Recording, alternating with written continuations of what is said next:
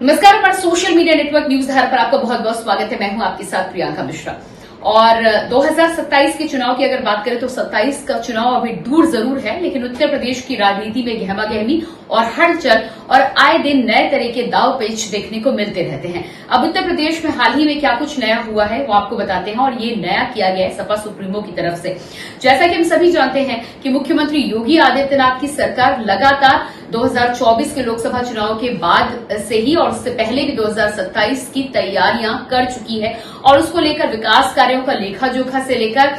उत्तर प्रदेश सरकार के द्वारा किए गए कार्यों का प्रचार प्रसार भरपूर तरीके से किया जा रहा है, और इसके साथ ही साथ उसको 2 कदम आगे बढ़ाने को लेकर भी सरकार की तरफ से तमाम तरीके की कवायद की जा रही है। अब उत्तर प्रदेश में अगर हम देखें तो मुख्यमंत्री योगी आदित्यनाथ की सरकार के द्वारा खासतौर से महाकुंभ का आयोजन जिस तरह से भव्य और दिव्य तरीके से किया गया था, उसकी प्रशंसा पूरे भारत में ही नहीं बल्कि पूरे विश्व में उसका डंका बजा, और उसको लेकर मुख्यमंत्री योगी आदित्यनाथ की एनडीए की सरकार की वाहवाही भी खूब की गई और खूब तारीफें और तालियां बटोरी गई। उसी के साथ साथ उत्तर प्रदेश में अगर देखा जाए तो उत्तर प्रदेश में केंद्र और प्रदेश में भारतीय जनता पार्टी और एनडीए की सरकार बनने के बाद से धार्मिक स्तर पर काफी कुछ विकास कार्य किया गया, और कई तरीके के धार्मिक विकास के अंतर्गत अगर हम देखें तो कॉरिडोर की अगर हम बात करें तो चाहे काशी कॉरिडोर की हम बात कर ले, चाहे विंध्याचल कॉरिडोर की बात कर ले, या फिर उत्तर प्रदेश में अलग अलग जिलों को जोड़कर जिस तरह से धार्मिक तौर पर उन्हें जोड़ने का और धार्मिक टूरिज्म की बात उत्तर प्रदेश सरकार और केंद्र सरकार लंबे समय से करती रही है। ऐसे में इन्हीं की आगे की कड़ी में अब जिस तरह से वृंदावन और मथुरा में लगातार कवायद चल रही है कॉरिडोर को लेकर, उसको लेकर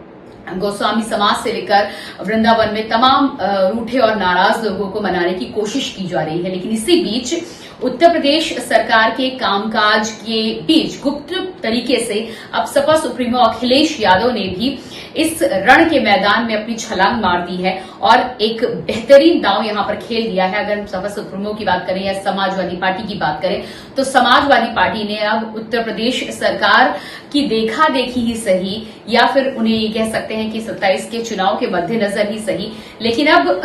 कांवड़ यात्रियों को लेकर कॉरिडोर बनाने की बात उन्होंने छेड़ी है, और उनका साफ तौर पर कहना है कि अगर 2027 में समाजवादी पार्टी की सरकार बनती है तो कांवड़ियों के लिए विशेष कॉरिडोर की व्यवस्था समाजवादी पार्टी की सरकार यानी सपा सरकार के द्वारा की जाएगी। तो अभी तक लगातार धर्म को लेकर तमाम तरीके की बातें लोकसभा चुनाव में देखने सुनने को मिली है। कहा जाता है कि एक दूसरी पार्टी पर धार्मिक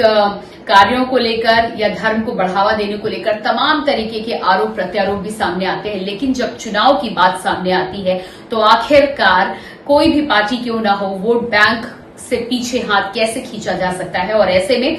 बेहतरीन दांव या फिर अगला दांव सपा सुप्रीमो के द्वारा खेल दिया गया है। एक तरफ इन दिनों मथुरा वृंदावन में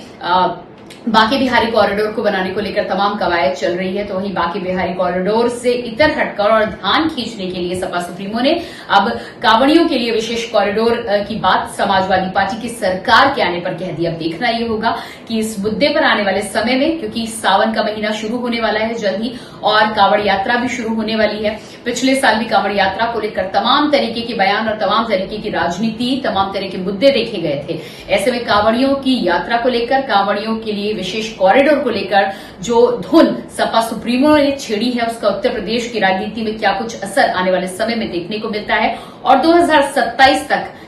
कितना पुख्ता ये वादा रह जाता है सपा सुप्रीमो का, या फिर जनता के बीच में कितना काम कर पाता है, ये आने वाला वक्त बताएगा। आपका इस पर क्या कहना है? आप अपनी राय हमें जरूर दीजिएगा।